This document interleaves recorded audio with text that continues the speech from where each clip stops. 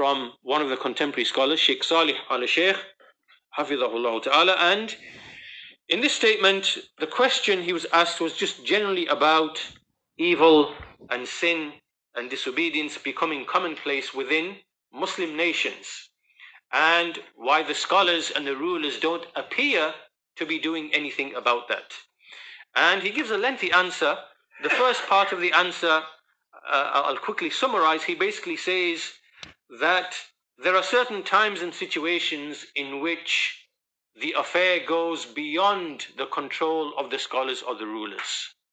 Right? There are certain times and places in which Allah Azza wa Jal, when He wants to bring a trial and tribulation to an entire nation, then it is an affair that goes beyond the ability of the scholars or the rulers to really stop this tribulation or this trial. Why?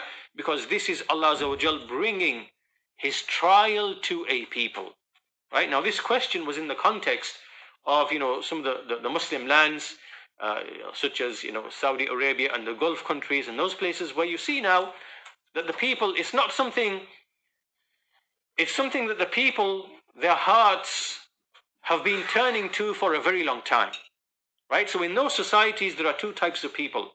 There are those people who benefited from the scholars and the presence of the masajid, and from the admonitions in the sermons, and from the general goodness you can find in those societies, right? There is tawheed, there is sunnah, there are scholars admonishing, there are reminders, and it's all around. You can't really escape from it. It's all around you, right? The khair, the goodness. So there are some people who benefited from their iman. They have iman, and then they took the opportunity to benefit from that iman, in the sense that they went to knowledge, they went to scholars, they went to the masajid, and likewise they inculcated their families with this nurturing, right, to keep away from the evil. So there are some people in that nation who are like that. There are other people in that nation who, when the doors began to open to evil and filth and tribulation, so for example, that would be the cultures of Western nations, the music, the Hollywood, and all of the baggage which comes with it, right? The imitation of the artists and the actors and the actresses and whatever else, right?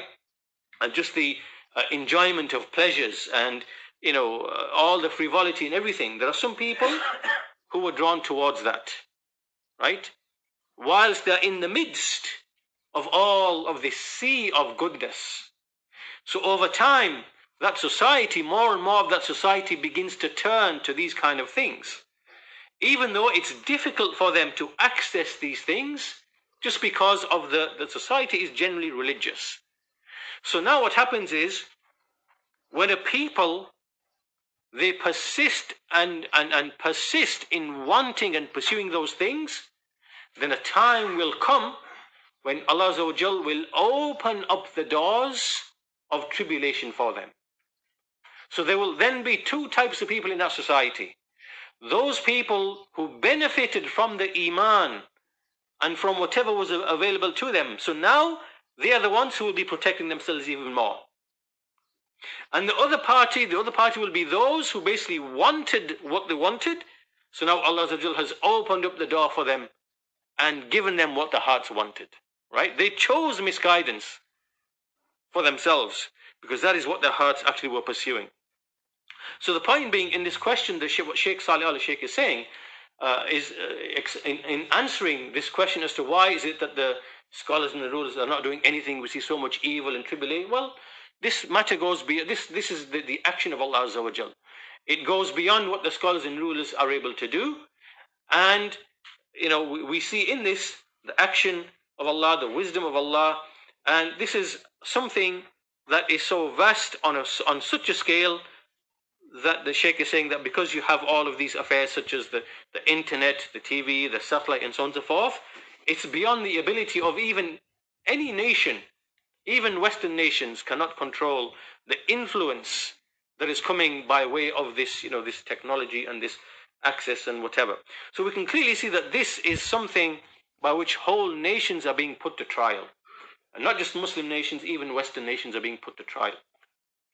And so even as you see in the Western nations, where there are Jews and Christians and so on and so forth, even those nations are being put to trial because there are things that they don't like you have the homosexual movement, right? You have the transgender movement. All these movements that are appearing, they come from atheism and naturalism.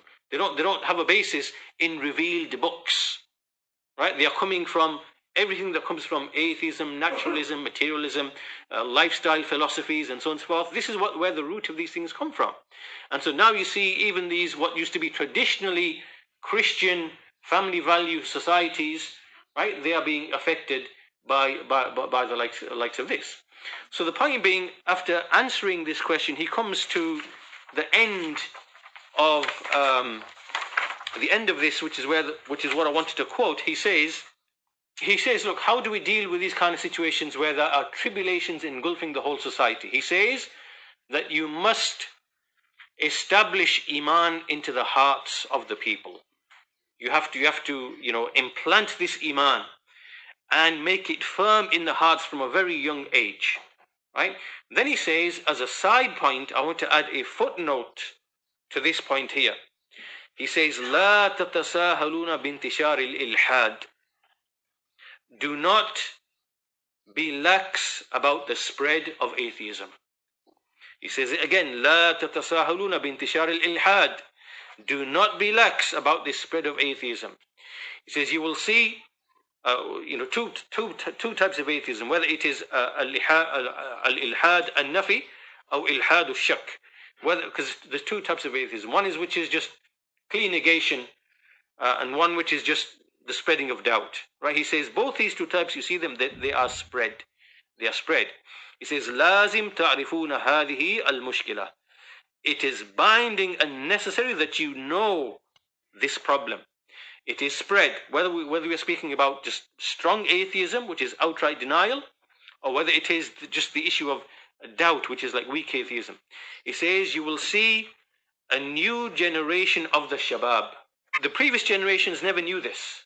We never knew this type of atheism or this type, but the new generation, it is spreading and it is increasing and it requires positive action.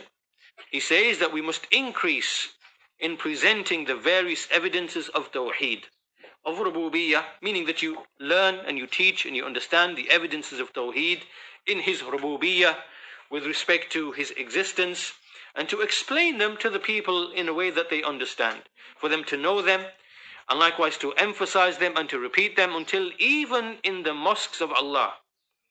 And obviously he says, look, in the mosque you're going to find believers. We are all believers here. No one here really doubts. They're all believers.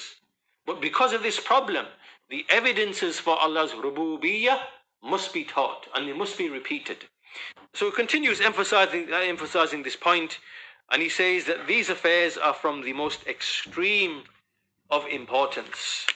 He's basically saying that even though we are already believers, even though we already believe, you have to understand that Muslims are often raised not differently from the way, for example, a Jew or a Christian or a Buddhist is raised.